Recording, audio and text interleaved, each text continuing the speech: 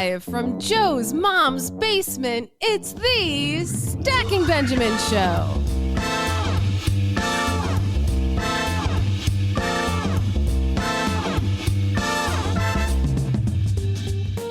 I'm Joe's mom's cousin Diana, and today is National Fun at Work Day. You know what that means? Spending time with us, asking the question, what can eggs teach us about our credit and money? What? That's not your idea of fun? Just me? Well, I'll bet in the next hour we'll convert you, because here to help us improve our credit, we welcome a good egg from Crowns Financial, Brittany Greene. And from lenpenzo.com, it's Humpty Dumpty. Nah, it's the man himself who we poached from his award-winning blog, Len Penzo. And finally, from this podcast, it's a guy who's not as cracked as you think he is. OG. Of course, that's not all. While we celebrate National Fun at Work Day every day here in the basement, it's also a real holiday today. I'll share some National Blueberry Pancake Day trivia midway through the show. And now, a guy who we know is celebrating Blueberry Pancake Day already because those awful syrupy jokes spread all over everything. It's Joe Saul-Sehy. Oh, Diana, they're not syrupy. They're fantastic. Come on. I don't think there's syrupy, Joe. I don't think there's any such thing as a bad dad joke. There's only good dad jokes. Touche. Everybody, welcome to Friday. I am Joe Saul-Sehy, Average Joe Money on Twitter. And that voice, of course, was Mom's cousin Diana. How are you today? Oh, I'm fantastic. Every day's a good day here in the basement. Absolutely. Well, and I'm so happy because this might be one of the weirdest segments that we've had, because we're going to compare eggs with getting your financial house in order. And to do that, Mr. OG is here sitting across the table from me. How are you, sir? It's another beautiful day in paradise. Thank you. How are you today? Certainly is. Nobody ever asks you how you're doing. You know, they don't. That's very nice. I am doing swell. Thank you. You know why? You're doing so well. You're swell. Absolutely. Making my own contractions now. But I'm doing fantastic because we're joined again by the guy who early in the season is leading 2-0-0 in our year-long trivia challenge. What's up with this? Len Penzo is here. You know what, Joe? That is exciting. I am just stoked to hear that. It's excellent. I think it's excellent. Oh, it's excellent. Okay. Hopefully we can speed this up today and maybe get this done in under an hour. I just, because I've got a Vatican task force coming over in about an hour and a half. I need them to attest to a miracle that's actually occurred in my bunker. Oh, yes, it's true. You know, I've had a toothpaste tube that's been completely, squoze down to nothing since Thanksgiving, and it's still pushing out toothpaste. And it's like the equivalent of the loaves and the fishes. I mean, toothpaste just keeps coming out, despite that tube being as flat as can be. I think that's the miracle of living with somebody who doesn't like to spend money, Mr. Penzo. That's the only miracle going on there. Hey, you should try it. I mean, this is amazing. I mean, I just keep squeezing and more keeps coming out. We're like 70 days into the flatness. Amazing. I think it'd be awesome if somehow the honeybee has taken like a little dropper and she's putting more in it so that she can watch her husband just be amazed.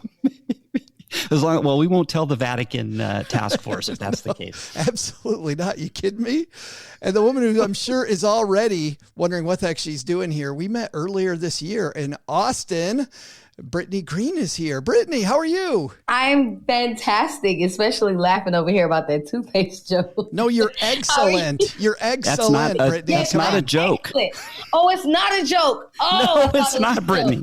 Oh, man. Brittany, Brittany, it's a miracle, not a joke. You got to get it straight. Okay, I'm laughing at the miracle because that is that's a good one.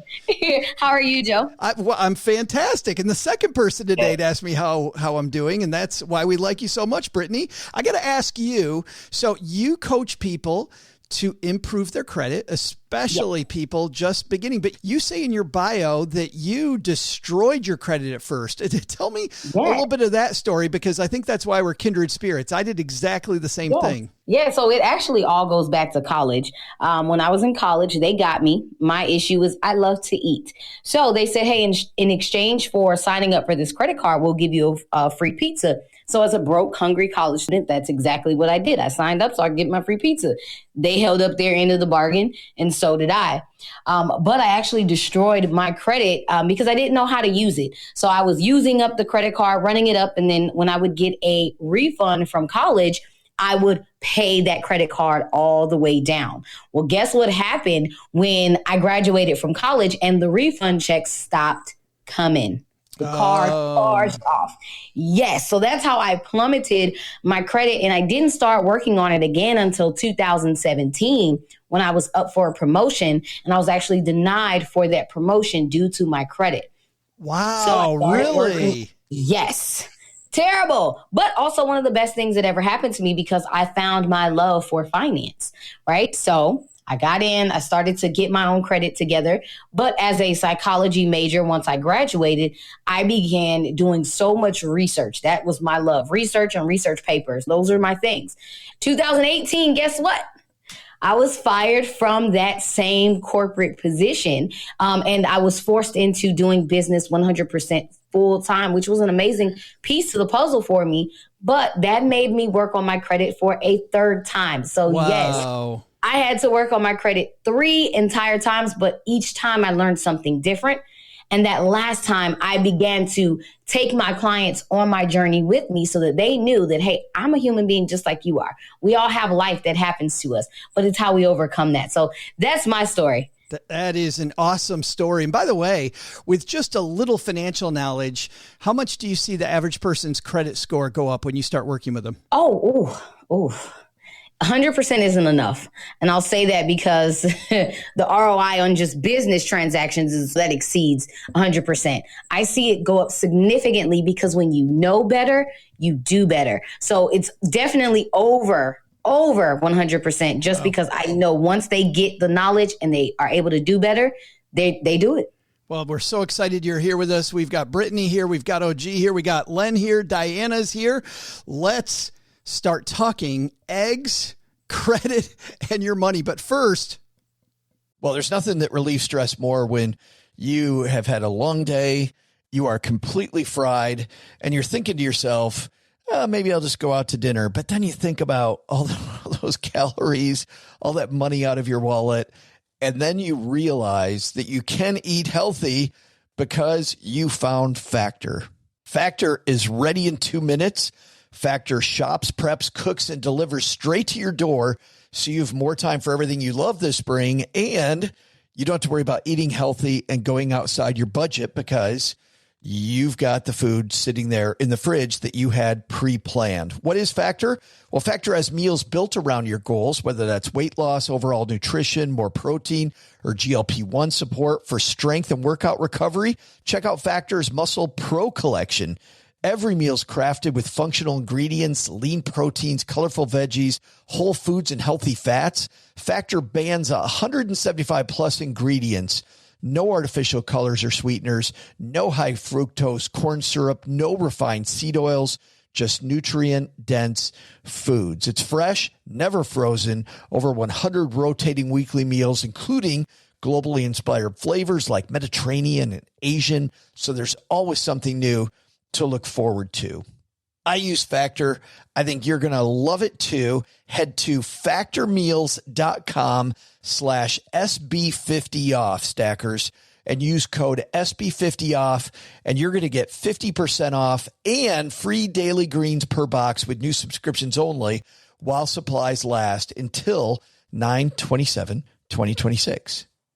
Well, running a small business, as you may know, like I do, it is super fun, but it can also be very tough. And when it's time to get a loan, it can feel impossible to find the lender that you actually trust. Big banks say no. The internet, well, that's full of sketchy offers with sky-high rates and fine print you can barely read. Whether you need help covering payroll, managing cash flow, or investing in growth, you deserve better. And that's why I recommend the small business marketplace Fundera, which is powered by NerdWallet. It's a free, easy-to-use platform. It lets you compare real financing offers from trusted lenders, and it's all in one place. And what I like is that you don't need perfect credit to get started. There's no spam. There's no bait and switch. Just personalized options that fit your business needs. Nothing I like better than a place that treats me the way that they would want to be treated. Using Fundera is a super way to quickly compare options and make your best funding move the way any great business owner would. Here's the best part, though. For a limited time, when you visit nerdwallet.com/SB and fill out the no obligation form, you're going to get VIP treatment and talk with a real person who knows all the ins and outs of small business lending. And you can tell them specifically what you're looking for. They can tell you specifically which options you should probably consider most. Don't risk your business on unreliable lenders. Go to nerdwallet.com/SB to learn more and find the funding you deserve. Fundera Inc. NMLS ID number 1240038. And now we can get the party started.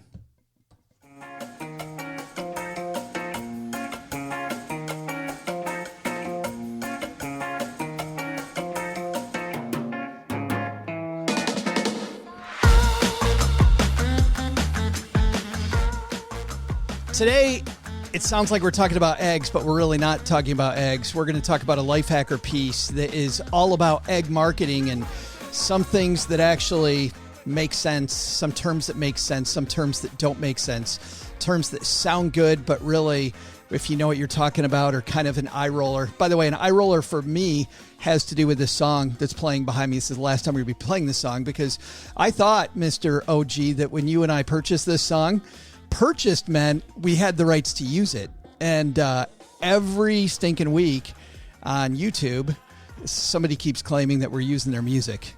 And we have the right to listen to it. Well, apparently we paid good money for the right to listen to it. So this song's getting its last lap today. But this piece that gave me this idea came from Lifehacker because I feel like this is exactly about money, even though the piece talks about eggs. It's written by a woman named Claire Lauer, and cage free, she writes. Cage free is basically meaningless and other lies your egg carton is telling you. She says eggs are both simple and complex. Well, so is money, right? They're one of the easiest foods you can learn to cook, but can be prepared in a seemingly endless amount of interesting and complex ways. You think about people can do money enough that we have a show 3 times a week about it. So very similar circumstances there for us. I'm going to go down just a little bit in the piece. She says, egg words that mean absolutely nothing. And I was surprised by some of these. And you know what, Len, I'm going to start with you because you're a guy that does grocery store comparisons. You've done it with ice cream. You've done it with all kinds of different brands. Does this surprise you that there's so many terms about eggs that are just completely irrelevant? Actually, I'm going to sound ignorant. I thought these all meant something. I did. Because all of this stuff I've seen this on all the egg cartons: farm fresh or farm fresh, natural, hormone free. Or and it's funny. Let's actually stop on both those: fresh or farm fresh. The writer here, Claire, actually says she's like, eggs are considered fresh. like, how are they not fresh? And then second, natural. No egg is a natural. She writes, that's the nature of eggs. Yeah, and I feel kind of stupid about that one. I mean, come to think of it, you're right. Every natural. Egg is natural, right? I mean, wouldn't it be? I know, but you don't. For now, they're making meat, not meat. So pretty soon they're going to make eggs, not eggs. Well, that's probably true. Well, that might be meaningful in the future, but not today. But not yet. Yeah. Hormone free. I didn't know that 60 years ago, the FDA banned the use of hormones in egg producing chickens. I had no idea of any of that. So let's do this, guys. And now I'm going to go to our guest first. You're helping people, Brittany, with credit all the time. A term about credit that people think is meaningful, but that really is irrelevant. What's a term that makes you roll your eyes? Trade lines. Without a question, trade lines. That's the one thing that makes me roll my eyes instantly. I don't even know what trade lines means. What is trade lines? So typically people will purchase trade lines, and that's someone who, say, for example, someone has a credit card and they have excellent utilization. They have a long-term usage of the card, and it's like basically a flawless credit payment history, right? And they will sell their authorized user like chip or that area section of their credit. They'll sell that to companies for people to get on and use their good behaviors. However, last year, and I kind of saw it coming beforehand, and I tried to warn all my people before they did it, which is they'll pay thousands of dollars for those. But in a good number of cases, the credit bureaus like TransUnion, Equifax, and Experian, and lenders. So like, when you go to buy a house, they give you a lender, right? A lot of those do not recognize those trade lines. They want to see that you're organically building your credit file with your own credit cards, not someone else's behaviors. So a lot of people will do that to get these immediate overnight jumps. And a lot of these lenders and the credit bureaus aren't honoring those. And some of them aren't even posting it to the credit file. So when people ask me, hey, do you do trade lines? I immediately roll my eyes and I'm like, oh, no. We don't do that over here. All organic building. Like and pass. Yeah. Yes. Well, and it seems like, too, if you're going to use that approach, you're not learning the basic skills, Brittany, that you really need for better credit. Exactly. Because everything is behavior based. Back in the day when credit first started, yes, trade lines and only the score mattered. Today, they have this concept called trended data. They want to see what you do with your own personal accounts on a month-to-month basis. So it's really all about your own personal behaviors. So if you have that foundation education for credit and how to use your credit cards, when to pay, how to pay, if you know those things, that's going to be the thing that sets you apart and they accept you more because they're able to see what you are doing organically. Len, when it comes to not just credit, but anything financial, are there words that drive you crazy where you're like, that means absolutely nothing? Yeah, this is kind of hard. There's a word like great price. I'll see the term like great price. It's like, well, that's in the eye of the beholder, great price, because what the real thing you've got to determine for yourself is what's the value, right? So just because somebody is saying this is a great price, you've got to do your own homework and determine if it's actually a great value. So I think the word price can be a little misleading. Well, and I think to that extent, discounted, right? Because you'll see often that companies will have a discount, but they jacked up the price before the discount so that they could say they discounted it. That is a really good one because you know what? What's really funny is you'll see the flyers or circulars, or you'll see ads that say, "Hey, come!" Usually for these contractors, like get new fresh cabinets or something, and we'll give you 20% off on your estimate. So what you do is you hold back till they're done giving you the estimate at your kitchen table, and you go, "Oh, hey, by the way," and I've done this before, by the way. Here's that 20% coupon. Oh, and then they'll say, "Oh no, that was already in the mix. That's already in our estimate that we just gave you." So yes, you're absolutely right, Joe, that those tend to just lure you in. Oh, gee, how about you? A term that makes you roll your eyes when you see it? Since Len said two, I feel that is unfair because he you stole mine, which I was going to say, like, I was thinking about it in terms of like mattresses. How when you go to buy a mattress, they're always 90% off. They're always 90% off. Come get this mattress. It's 90% off. It's like, off of what? You get to determine that high number first. I was thinking about the credit scoring system and credit in general.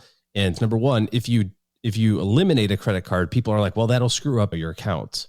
Or if you had a bad one and you just go, well, I'm just going to close that one. It doesn't go away. You have to know that those things are going to stay with you for a while, regardless of whether or not it's open or closed. It's going to stay on your report for a while. And I think a lot of people just think that you can just, I wasn't very good with that Visa card, so I'll just close it. It'll go away. Yeah, in like 10 years or 7 years or whatever it is. So, there's a phrase in investing that I think that kind of drives me crazy. It's the stock market hates uncertainty. Like, I don't know. You hear this on CNBC, you hear it on Fox Business, and I always think, what does that actually mean? Uncertainty is not really the same thing as risk, Yeah, I mean, it's just a word salad. Yeah. I feel like we just kind of people throw say it all in sorts there of- to make ourselves sound smart, and that'll be mine. All right, so we work through a few that are phrases and words that mean absolutely nothing. Let's go into the next part of this piece. They talk about egg words that technically mean something, but that aren't that helpful. I thought these ones, back to you, Len, for a second. I thought these ones were funny. Brown. You know what brown eggs tells you? Let me guess that their color is a little darker than the white ones. Right. That actually the eggshell is brown. Yes. That tells you absolutely nothing. Omega-3s, the chicken that laid the egg ate something that contained omega-3 fatty acid, but doesn't guarantee a significant amount of that. Cage-free, this is the one that kind of got me. They weren't kept in cages, but it doesn't mean that they ever went outside or that they weren't crammed into an overpopulated barn. I see cage-free all the time. Yeah, I do too. Is that the one it's not in front of me. Is that the one that said they would count it cage free if they could stick its head out of a little hole? No, that one actually is pasture raised. Yes. Pasture raised. I was going to say, my sister-in-law's family has chickens, and they're in a cage, and they're probably every bit as probably 10 times fresher than the ones that are at the grocery store. Yeah, and I like this last one here too. Fertile. These chickens, well, they use a different word, but these chickens did it. Got it on.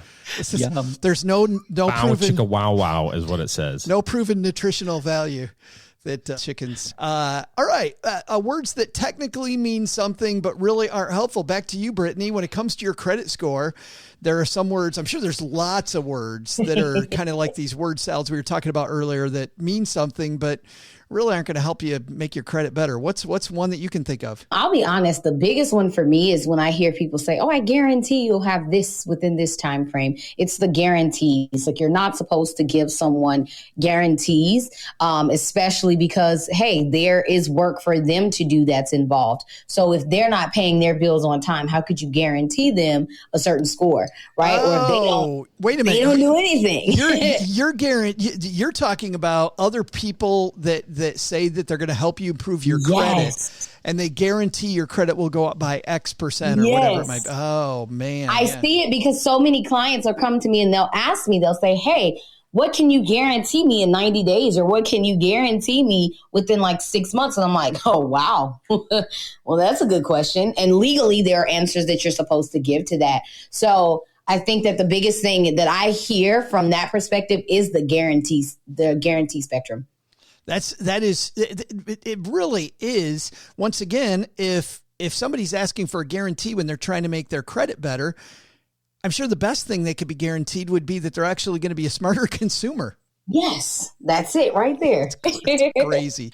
Who are these companies, though? I've been seeing lately that says that you just call this number and your credit score will be boosted by up to, I don't know, 30 points or 40 points. That's Experian. Experian Boost. Oh, yeah. No. Oh, wow. That's another one. So is that legit? Boost. I guess it is. They wouldn't be. That's another term that means absolutely nothing sometimes. Yeah. Well, and the thing I do know that Experian does to do that is they will count you paying your bills, which aren't normally part of your credit score, I don't think, but they count bills that are normally not counted. And then for most people, because they pay their electric bill on time, let's say, or if they're renting, they might make their rent payment on time. That could actually help them get a better credit score. So yes, that's true. To a certain extent, because it only goes for that Experian report. They don't report it to the other bureaus such as TransUnion and Equifax. And then sometimes lenders will disregard those extra boosts. Right. Because they'll throw out like the highest one, right? They'll look at all three and throw out the highest one. Yep, or they'll look at the middle one, whatever the middle score is, and then they have different scoring reports that they'll use. So they may use FICO 8, or if you're going for a home loan, they may look at your FICO 2, 4, and 5 reports versus 8, where like auto loans are looked at. So they have all these different variations that go into it. But a credit aside here, Brittany, you know that people that are just starting out, like when my kids were just starting out, or heck, even when I was just starting out, it's so hard to build credit because nobody's going to trust you with any credit. And yet, like when I was renting, I made a rent payment every month. I had a utility bill that I paid every month, and I could show that I paid those bills, but those really didn't hit my credit score. What's the first thing somebody can do to try to make a credit score when they're first out of college?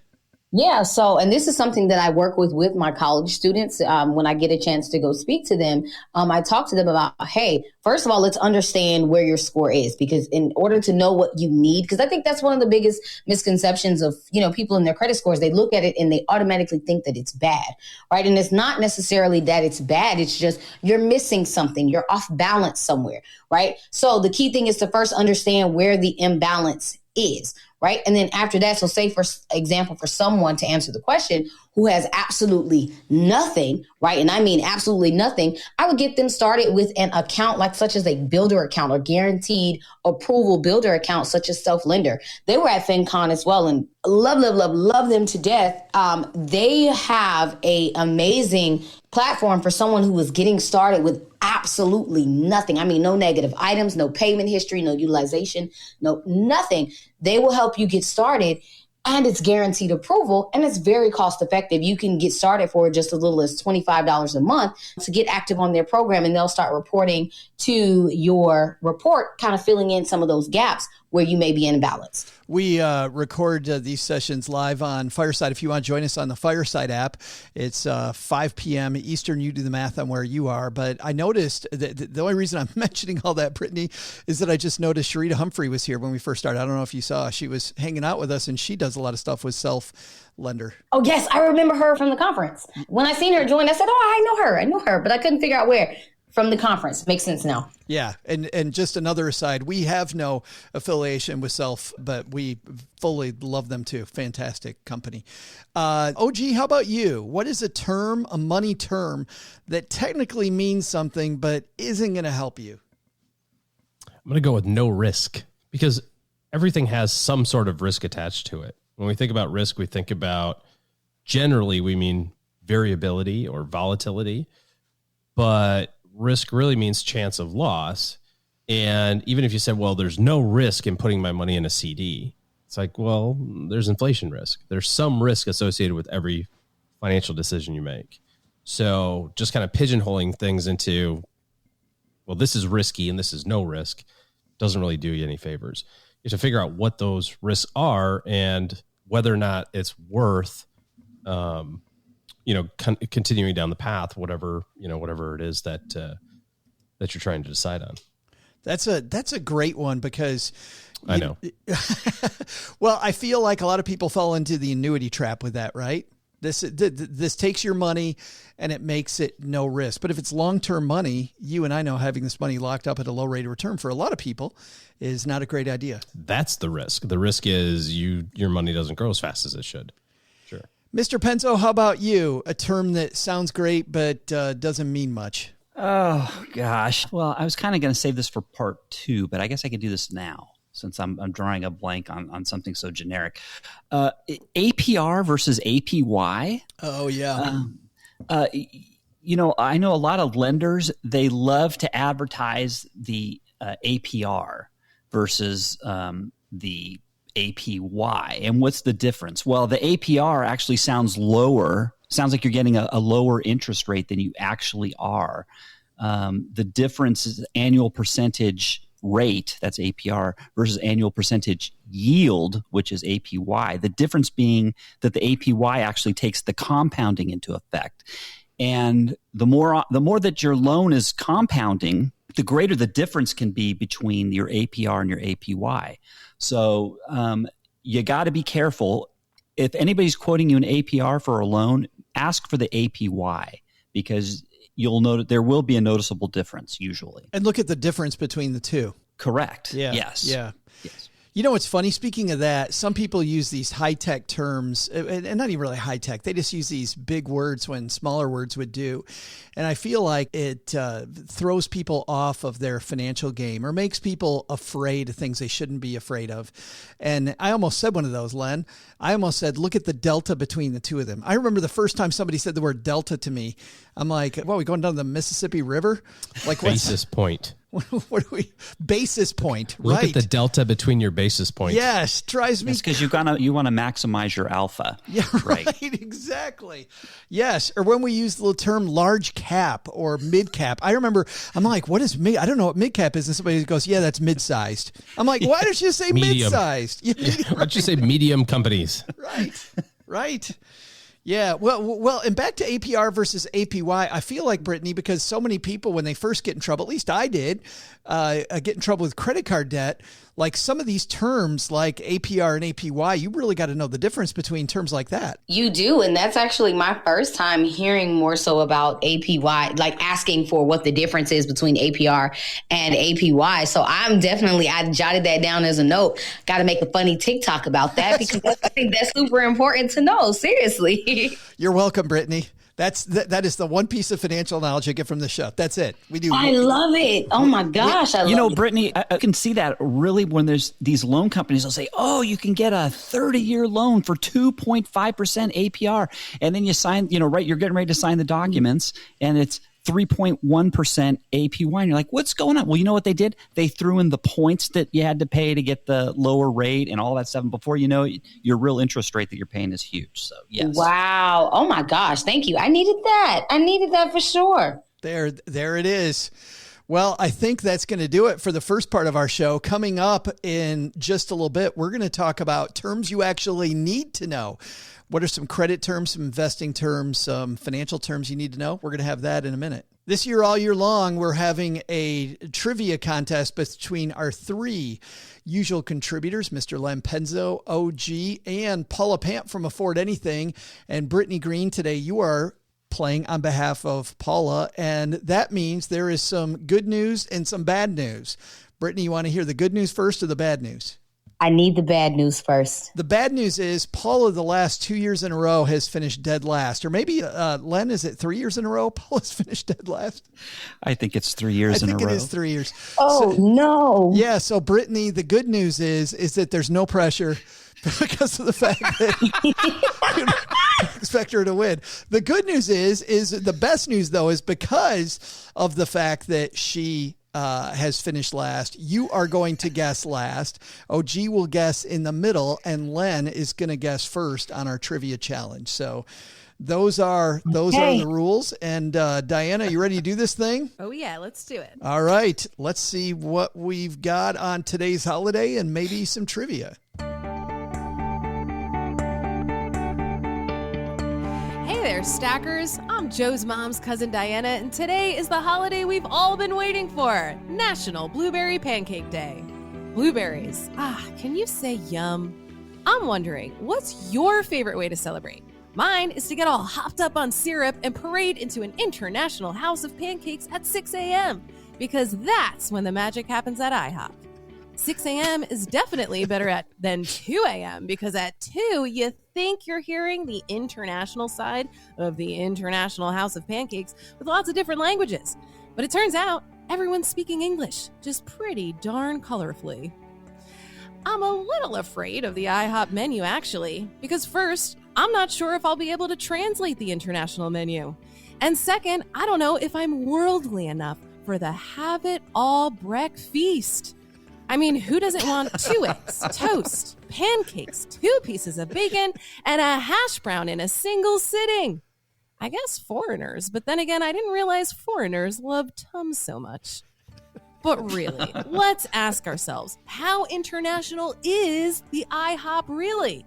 No, seriously, let's make it today's trivia question. Yeah, we all know that they generated $2.25 billion in revenue in 2020. A year when lots of people weren't dining out much. And we've also heard a million times that they had 1,772 restaurants in the U.S. as of 2020. But a company that calls itself the International House of Pancakes, there must be lots of them outside of those border walls, right? So here's today's question. How many IHOPs were outside of the U.S. in 2020?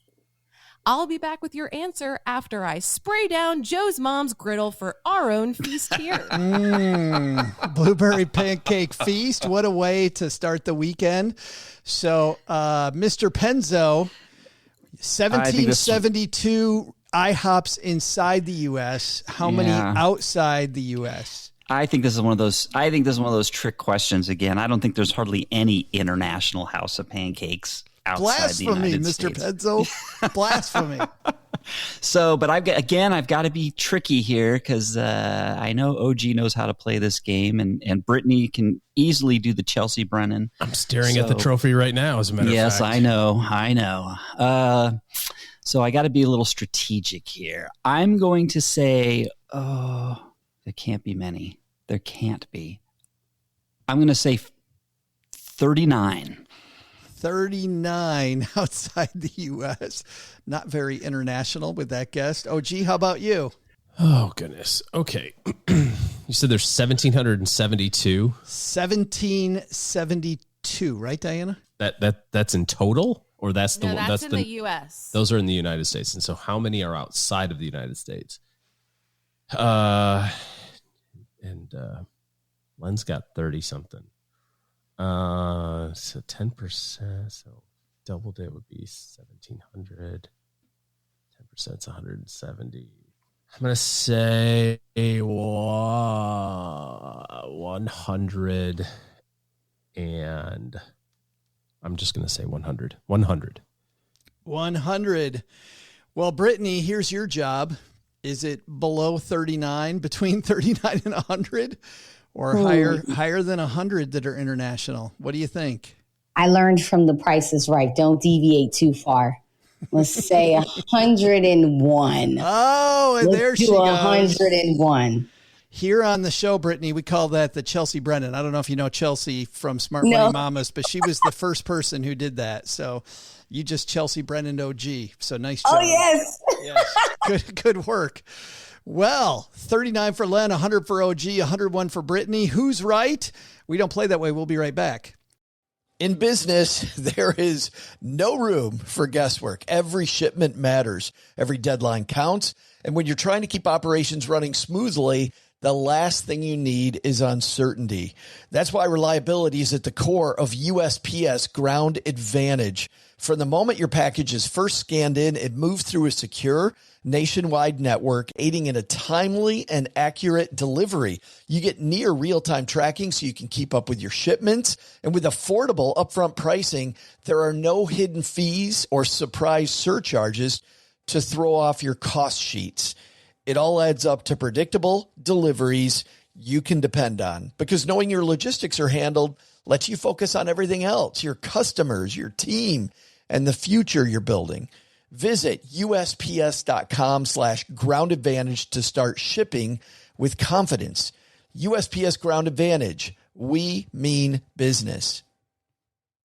I had a breakfast mentoring meeting yesterday with a young woman who was just amazing. She is graduating from college with a degree in wealth management, and she reached out hoping for some pointers. And listen, if somebody's in Texarkana and wants to go into this beautiful field of personal finance and helping people get their money together, that is incredible. But even more incredible is how she reached out, how she was trying to network. And I was having a discussion that finding the right person and avoiding the wrong person for a role, that's what can make or break an organization. And we just don't see that many qualified people. So how do you find them? Well, Indeed sponsored jobs is a boost whenever you need to find quality talent. If you're hiring, Indeed is all you need. You can stop struggling to get your job post even seen on other sites. You'll match with quality candidates with Indeed's sponsored jobs. Get matched with and hire quality candidates who can drive the results you need. Reach candidates who meet your specific criteria like skills, certifications, or location. It drives me crazy when I'm matched with all kinds of people who aren't a fit. I don't have that kind of time. People are finding quality hires on Indeed right now. In the minute I've been talking to you, companies like yours made 27 hires on Indeed, according to Indeed data worldwide. Sponsored jobs posted directly on Indeed are 95% more likely to report a hire than non-sponsored jobs. Spend less time searching and more time actually interviewing candidates who check all the boxes. Less stress, less time, more results. When you need the right person to cut through the chaos, this is a job for Indeed sponsored job. And here's what's cool, Stackers. You're going to get $75 in sponsored job credit to help get your job the premium status it deserves at Indeed.com/stackers. Indeed.com/podcast. Just go to Indeed.com/podcast right now and support Stacking Benjamins by saying you heard about Indeed right here at Stacking Benjamins. Indeed.com/podcast. Terms and conditions apply. Hiring, do it the right way with Indeed. Mr. Penzo, you started off with 39. How you feeling now? I'm feeling great because I actually think it's lower than 39. You think it's like 4, don't you? I do. I think it's probably you could count them on 2 hands. OG 100, even though Brittany kind of capped you up top, you still have what between what about 60 something to 100? I'm feeling pretty good, but the way this game works, I will likely get screwed somehow. And Brittany, if it's over 101, you got it. Yeah, have you been to many IHOPs outside the United States?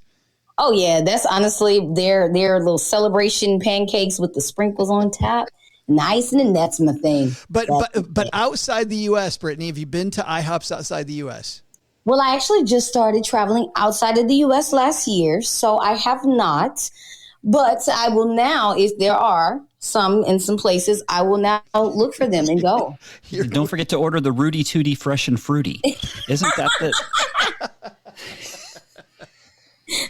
Noted. Is that Denny's? I don't know if that's Denny's. I thought that's what Mom says when she passes gas. That's what I thought. I don't know. But all right. Enough potty jokes. Diana, let's get this cleaned up. Who's right? Hey there, stackers. I'm Joe's mom's blueberry poppin' and friend of Mrs. Butterworth's loving neighbor, Joe's mom's cousin Diana. Today, we're all about pancakes. And now that I think of it, when aren't we all about pancakes? Carbs and sugar. Joe's mom's favorite breakfast food combo this side of gin and orange juice. But we have a quiz answer to get to. The International House of Pancakes is in our headlights today. Did you know that the same company who owns Applebee's also owns IHOP? Wow, who needs anything else? I know what you need, though, a trivia answer. The question was, how international is IHOP? With 1,772 locations outside the U.S. in 2020, how many are outside? Okay, so they're inside, outside. What are they here? In 2020, there were 102 IHOPs outside of the U.S. Bam! Oh my God! I'm bringing it home for my girl who's been losing the last 3 years. While the chain expanded into some truly international locations like the Middle East and South Asia, the majority of the international locations are in Mexico. But more important, that means Brittany is our winner. Hey-o! And it also means OG did get screwed. You were right, OG. Weird. Right on cue. Right on cue. Nice job. Congratulations, Brittany. Your first time here, and you take home the prize. Good work. Yes, and I ended her Paula's bad streak of losing for years. Well, She can't do that. That's not okay. That's right. Brittany's like, we got to turn that frown upside down. So let's get moving. Right. Absolutely.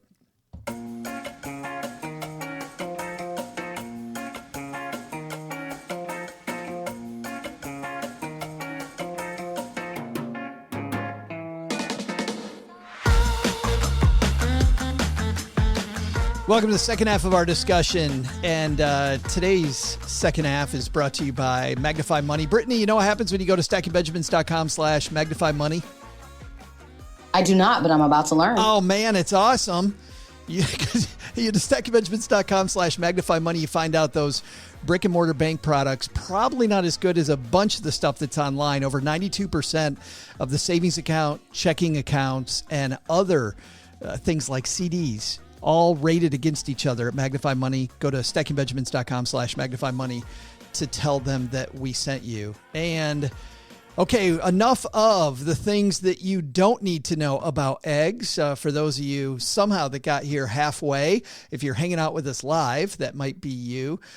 We've talked about egg terminologies that either don't make sense or ones that sound good but really still don't mean much. And now we're going to talk about egg words or in our case, financial words that could actually tell you something about the egg. And free range. Like I didn't know, Brittany, that there was a difference between free range and cage free. Like I thought those were the same thing. You know, me too. I look for the best looking package of eggs and I walk out. I go pay and I walk out. I have not paid attention to the terminology. So when I got the articles, I was like, what? Are you saying we might be over evaluating the egg? Is that what you're saying? No, I think I should be evaluating eggs more because I literally go in. I say, hey, is anyone broken? No one's broken. All right, let's get you to the cash register and let's get on out of here. That's what I do. Pasture raised, pesticide free. Those are big. OG, vegetarian. I know how much you like to make sure that the chickens that you're eating their eggs, that they were vegetarian chickens. I do. I would like to know if they either that or if they were pescatarian. I would like to know. Yes. Yeah. OG, you too, right? Is there a word for being chicken only? I don't think there is. I want my chicken to be chickenier. That would be pretty weird. Yeah. And my chicken is a cannibal. No, he makes amazing eggs. She makes amazing eggs. I guess no antibiotics. I guess if you're, well, I don't know. Never had COVID. I'm sure your chicken being a vegetarian is important to a lot of people. But I never thought of that as a thing, but it's a thing for somebody. All right, let's talk about things that are things for a lot of us. What are some words that are red flags, words that you really need to know? Brittany, when it comes to your credit, what is a word you really, really need to know, an important word? As far as a red flag? Either a red flag or one that, this is a key to understanding your credit is understanding this concept or this word. Oh, man. Okay. Well, I have both. Can I do both? That'd be quick. Absolutely. Okay, perfect. Red flag, again, guarantees. If someone says a guarantee, you run. You run so fast that you just, I don't know, you beat Forrest. I don't know, but you got to run fast because guarantees are legally not okay. There's laws behind that, and anyone who gives those guarantees, they should know that. Number two, as far as on the other side of things that are very important that you should know, I think this one is going to be the most important and it's the least known, is reporting dates. Those are so key, especially when it comes to your credit cards, because we hear about payment history and we hear about utilization, but most times when people come to me, they've never heard of reporting date. And that's the most important piece because you can do things on your credit card all month long, right? You can pay on the due date and then use it the next day. But here's the key to really capturing your credit report the way you want to, right? Find out when your credit card reports to the bureaus. It's typically 2 to 5 days after your due date. You want to make sure that you don't make a transaction until after it reports so that it can capture that you did pay that month and how much you did, keeping your utilization low. That's the key to taking your credit report or your credit score to the next level is that reporting date. And most people don't know that. That's incredible. So, okay, back at you. That's one that I didn't know.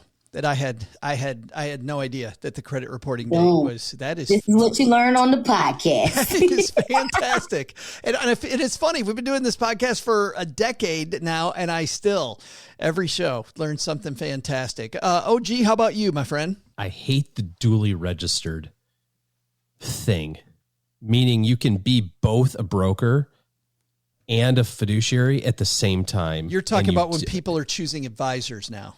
Yes. So it's kind of hard to disclose.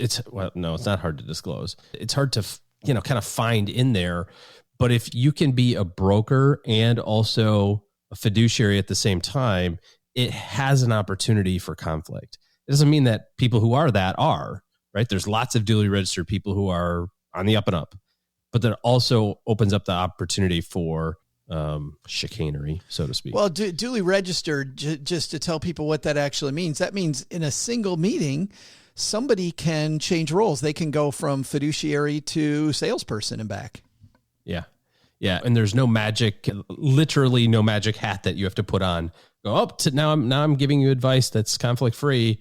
And now I'm giving you advice that gets me a big fat commission, right? Like there's no delineation. So that's probably the most detrimental because there's plenty of great people out there who are paid on commissions and plenty of great people out there who are paid on fees. But when you mix them, it gets very difficult to tell the difference. Yeah, if you're a client, you don't know which side. Confusing. Yeah, which side of the fence they're on. Diana, let's get you in here. I didn't get you in on the first part of this discussion, but here in the second part, something financially that that people really need to know. Oh, I have so many. But the first one that comes to mind is when people say, I'm maxing out my 401k, right? Most people, when they say that, they mean they're contributing enough to get the match from their employer, and they call that maxing out. So I actually started saying I'm fully funding, because that's really what you're trying to get to, right? You're trying to put that, if you're single, that $19,500 into your 401k. So when I was doing that, I was telling people, I would really enunciate this, I'm fully funding.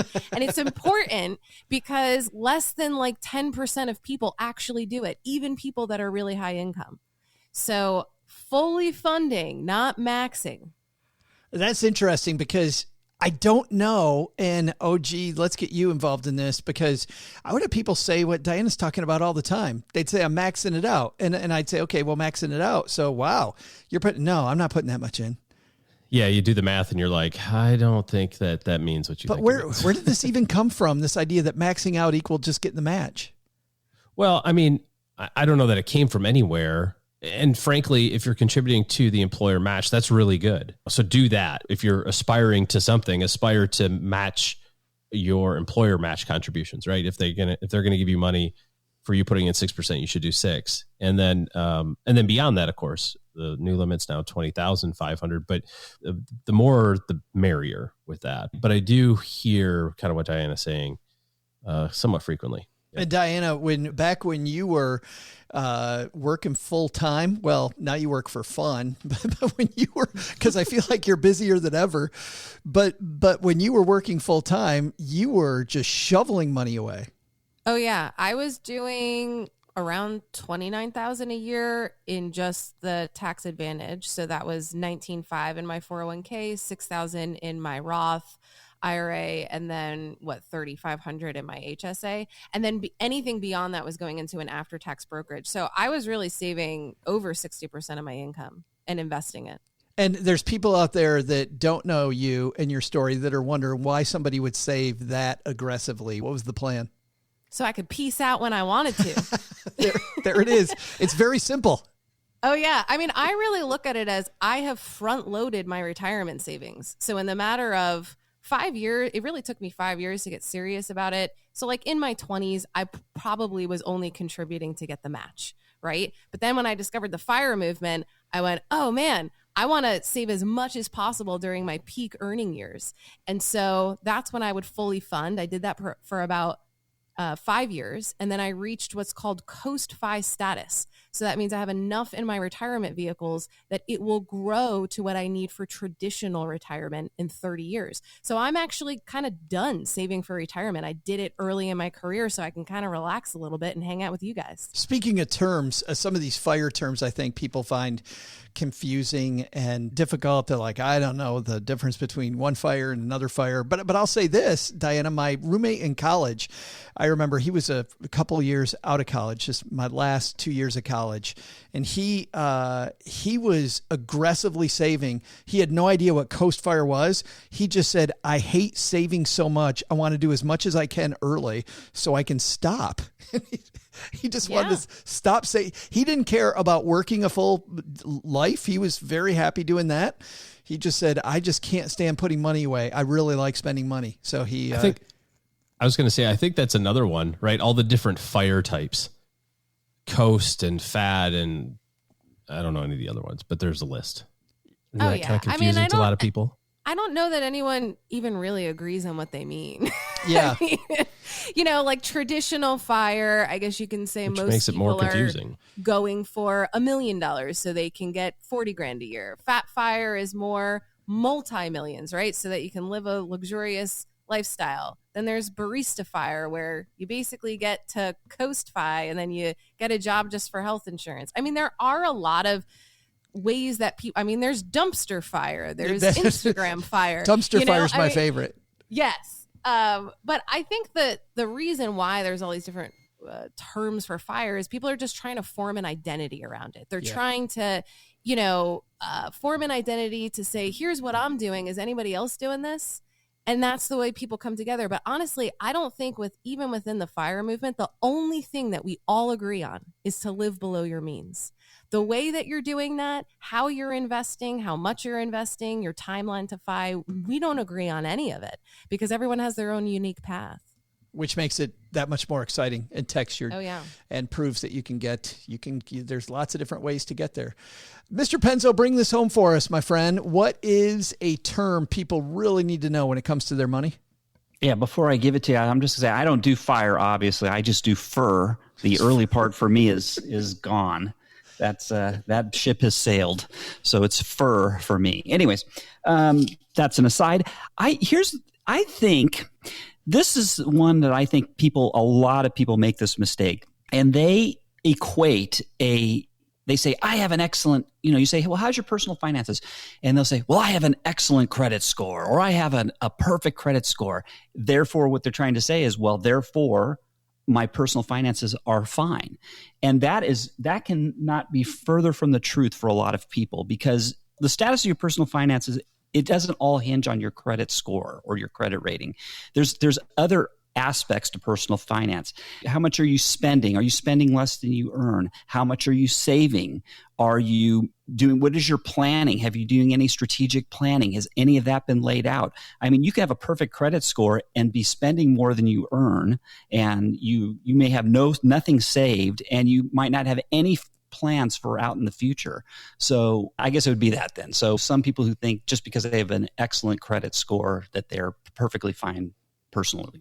Boy, that's a fantastic point, Brittany. Like, get your credit together and then use that to go forward to step 2. Oh, yes, for sure. And I definitely make sure that that's instilled in all of my clients or anyone that I can reach. It's, hey, you shouldn't get your credit together just to buy a car, or you shouldn't get your credit together just to buy a house. There's more that goes into it. And especially now, with how they look at your credit report and the things that you do, a lot of it is behavior based. So those behaviors have to carry out in other aspects of your life. So this should be like the foundation of you kind of taking care of any loose ends before you start to go on to other heights of investing. And not saying that you can't, right? Because I've seen people that do it.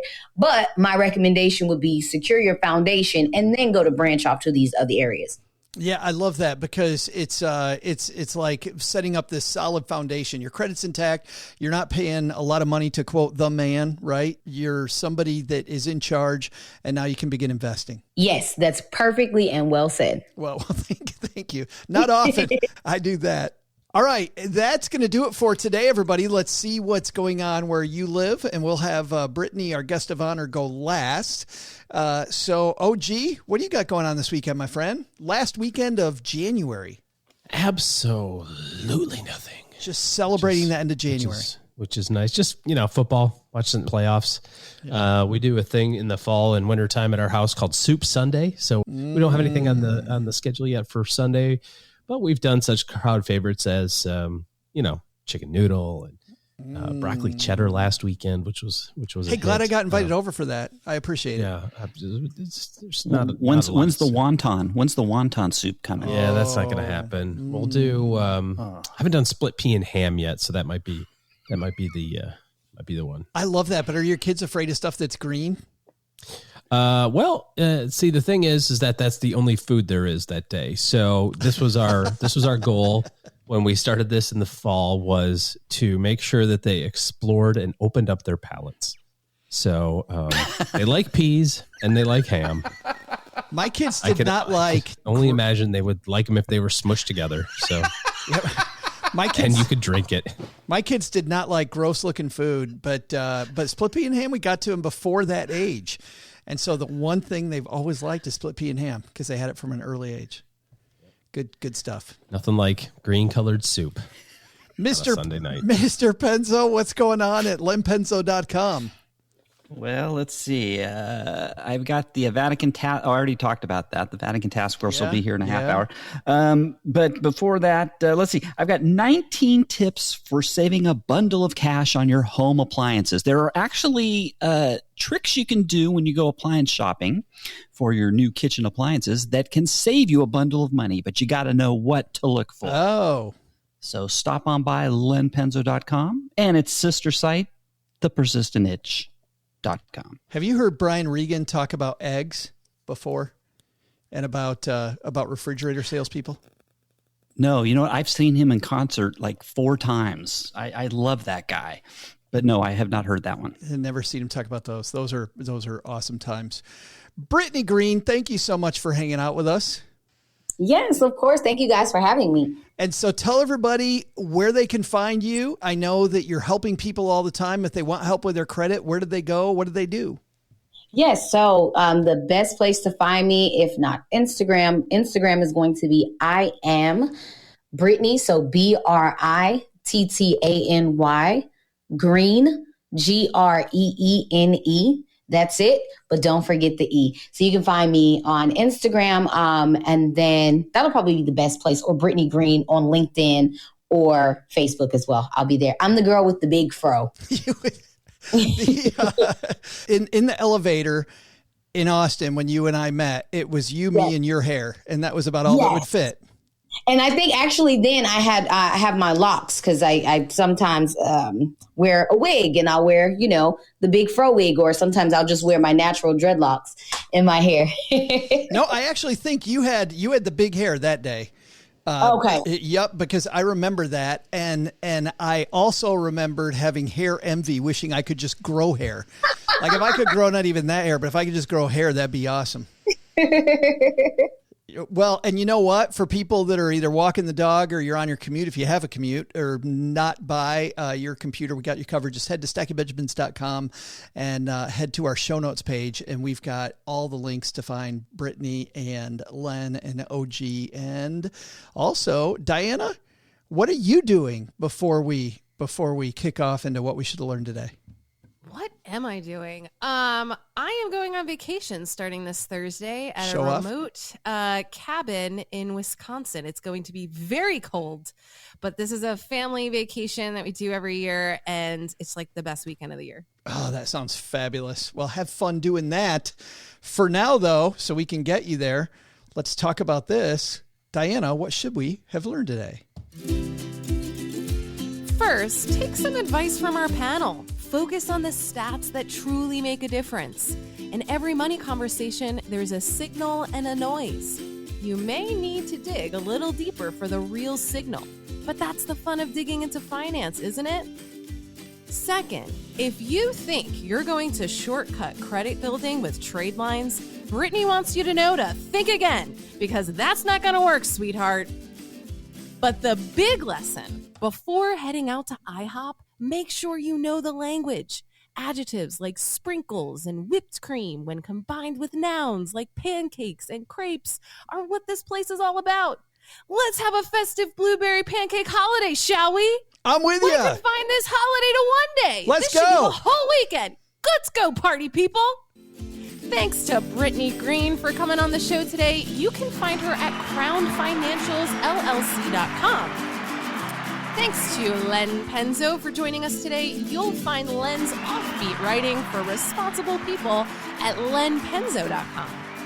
Thanks also to OG for joining us today. Looking for good financial planning help? Head to stackingbenjamins.com/OG for his calendar. Our show is written in part by Paulette Perhatch, who helps writers power their words, their work, and their earning potential with her Powerhouse Writers Coaching Program. Find more at powerhousewriters.com. Thanks also to our team who made today possible. Karen Repine, our producer, Tina Eckenberg, and Gertrude Smith, our social media mavens, and then Brooke Miller handles the show notes and our amazing newsletter, The 201. I'm Joe's mom's cousin Diana, and you can listen to me every single day of the year as the host of the Optimal Finance Daily podcast. You can also check out the party about money that I created called the Economy Conference at economyconference.com.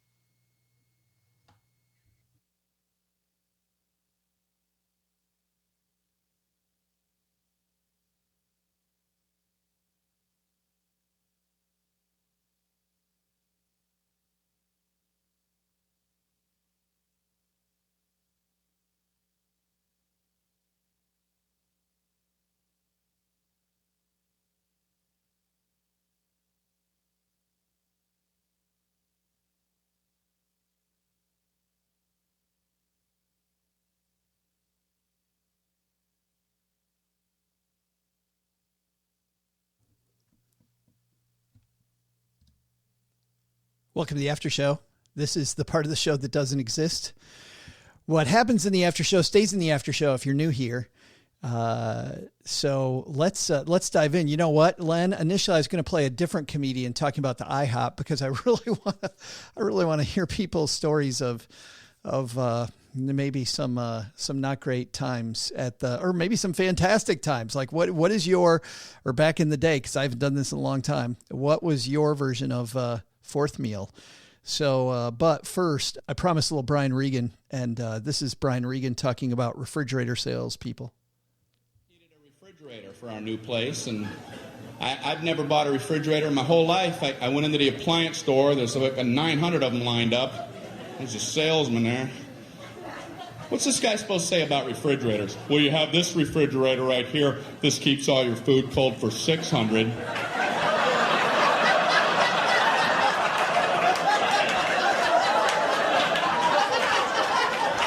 You've got this refrigerator. This keeps all your food cold for 800.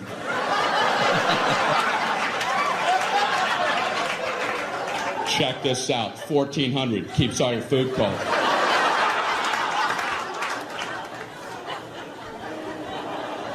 So this guy's working me on this one. I've never seen a guy work so hard. This one is a very nice refrigerator. It has a meats drawer. And what you do with that,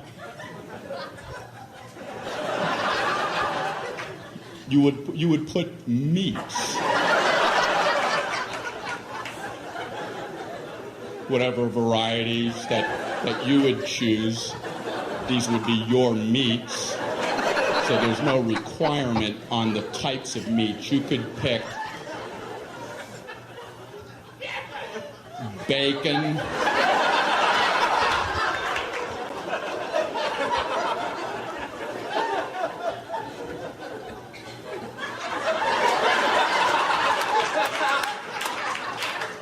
marbled meats. You can't think of any meats.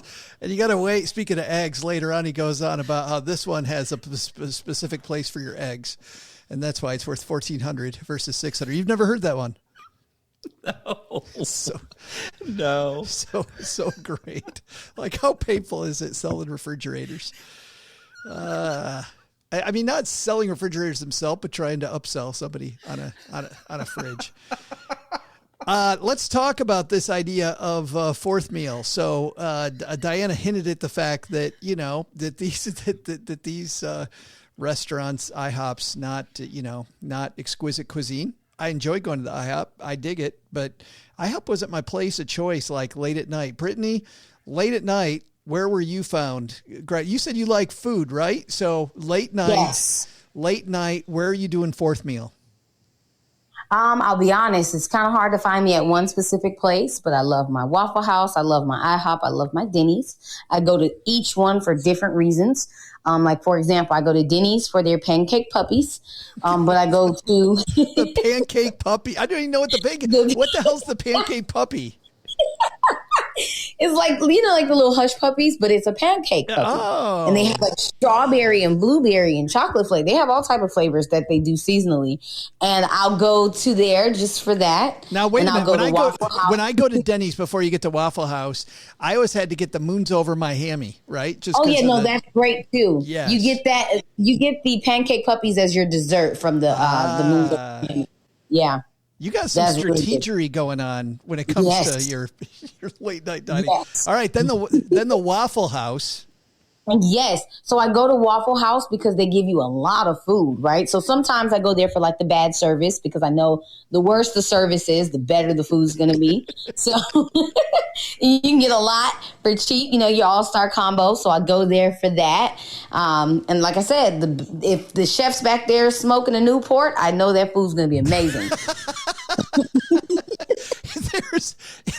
If the chef is smoking, that's actually another comedian's bit. He's like, if the chef is smoking, it just reminds me of my dad at home, you know, just smoking and cooking. That's it. Are there degrees of like inebriated for each of these? Like if you're a little inebriated, you'll go to Denny's, but if you're just hammered, it's time for full on Waffle House. Is there a hierarchy? Yes. The drunker you are, you go to Waffle House. Yeah. The drunker you are. Yeah. Well, so where's IHOP on that scenario? IHOP's first. It's IHOP, then Yes. Denny's, then Waffle House So on the creation list. So you're but kind I of love Waffle. Yeah, you're kind of sober. You're kind of sober then if you're going to IHOP. Yeah. Yes. Yeah. Very sober. So you're in there with the grandmas and the grandpas and the uncles and aunts. So you want to be on your best behavior. Yes. Yes. Oh, gee, how about you? Late night feast back in the day? Well, considering my nights usually end at about 9:45. Actually, most restaurants are still open at that time. Even back, I said back in the day. Were you like a 10:15 guy then? I would stay up till like at least 10:30. At least 10:30. Yeah, right after Matlock ended or Murder She Wrote. I'm not going to be able to participate in this in anywhere any high quality that Brittany brought on the after show. I can't compete with. So can't. After she smoked me in the trivia, she smoked me in the after show also. So I haven't been to Denny's in 25 years. So Mr. Penzo, moving on. Oh my God, that's. Oh gee, I love Denny's. I didn't say I didn't like it. I just said I haven't been there. Oh, there's not one near me. That place, I love it, man. Any place with pictures on them, and I'm serious. Any place with pictures on the menu, it's good food. Usually, I like that kind of stuff. But when I was younger, Southern California, we had a fast food restaurant called Noggles, and if anybody in the L.A. area probably may remember them. They were bought by Del Taco, and so they went away. But they used to have late at night the best egg burritos in the world, and there was nothing better after a long evening of fun and debauchery to stop at your Noggles and get yourself a nice egg burrito. There was a pizza when I was in East Lansing in college called Dino's that I remember just absolutely loving at 2 a.m. Thought it was just the best pizza ever. I remember one time my parents came to visit and I'm like, oh, there's this fantastic pizza called Dino's. And I ordered it and this thing had an inch of grease like on the top. It was so nasty. I could not eat it sober. It was so absolutely bad. I was horrified. I'm like, I can't believe this pizza that I thought is so great after hours. It's just my hometown. We had this is back in the day. I'm so old. The town I grew up in had lots of Italian bakeries and restaurant bakeries. And one of them was called Mazzuli's in Fontana. They used to have a double-decker pizza. I mean, the thing was huge. It was probably like, I don't know, 2 feet by 2 feet. Double-decker. Square. It was square. But the thing was so huge in the middle, the same thing, the grease would just pool in the center. But it was so good. So good. Oh, Diana, bring it home. You back in the day partied a little bit, I know. Absolutely. But I mean, I don't remember what I was eating, blackout drunk at 2 a.m. But I will tell you that, I moved to Cincinnati in 2017. And when I moved here, everyone said, Skyline Chili, Skyline Chili, Skyline Chili, right? But I was warned, don't try Skyline until after a night of drinking. And I just would never remember this, right? So it was over a year of me being here before I actually tried Skyline. And the night I tried it was the night of my first date with my Midwestern gentleman who I'm still with 3.5 years later, which after I tell you the story, you're going to question why. We're going to question his judgment. Yeah. Well, so we go on this date. We have a nice time. He actually took an Uber there. I drove, but I was driving him home and we pass a billboard for Skyline Chili. And I just happened to mention that I had never tried it. And he goes, well, we're going to try it right now. And I was like, okay. So we are actually passing a Skyline. So we pull over, we get out, we go into the Skyline, and I watched this man house a 5-way, which is basically this like pasta with chili on it with like onions and beans, and 2 cheese conies, which is just like a hot dog with chili on it and cheese. And he was like in heaven. This is not going to end well for you, though. Well, and I tried it, but I thought it was gross. First of all, they don't salt the water for the pasta and they overcook the pasta. And as an Italian, that really offends me. And it just wasn't good. Like I wasn't into it at all. I have never eaten Skyline again. I tried it one time and I told him I would allow it once a year on our anniversary, but we still haven't gone back for more. So, I mean, he does all the time when I am not there. But yeah, that's the late night food around here. People getting into that Skyline chili. All right, hands on Skyline chili. Brittany, you like Skyline chili? Have you had it? Cincinnati chili? Never had Skyline chili. And once she said they don't salt the noodles, yeah, I was checked out. I have Save to have yourself. it. Like have to have it good. I'm done. OG, how about you? Skyline? Do not like it. Nope. Oh, Len, I'm sure you've had it. No, I haven't. And now that Diana mentioned that they overcooked the pasta, I'm the same way. That's blasphemy. That's blasphemy. It's al dente or bust. They probably break it in half too before they put it in the water. Oh, Yes, yeah. You know probably they're doing do. that. I hear all the Italians just giving him the finger right now.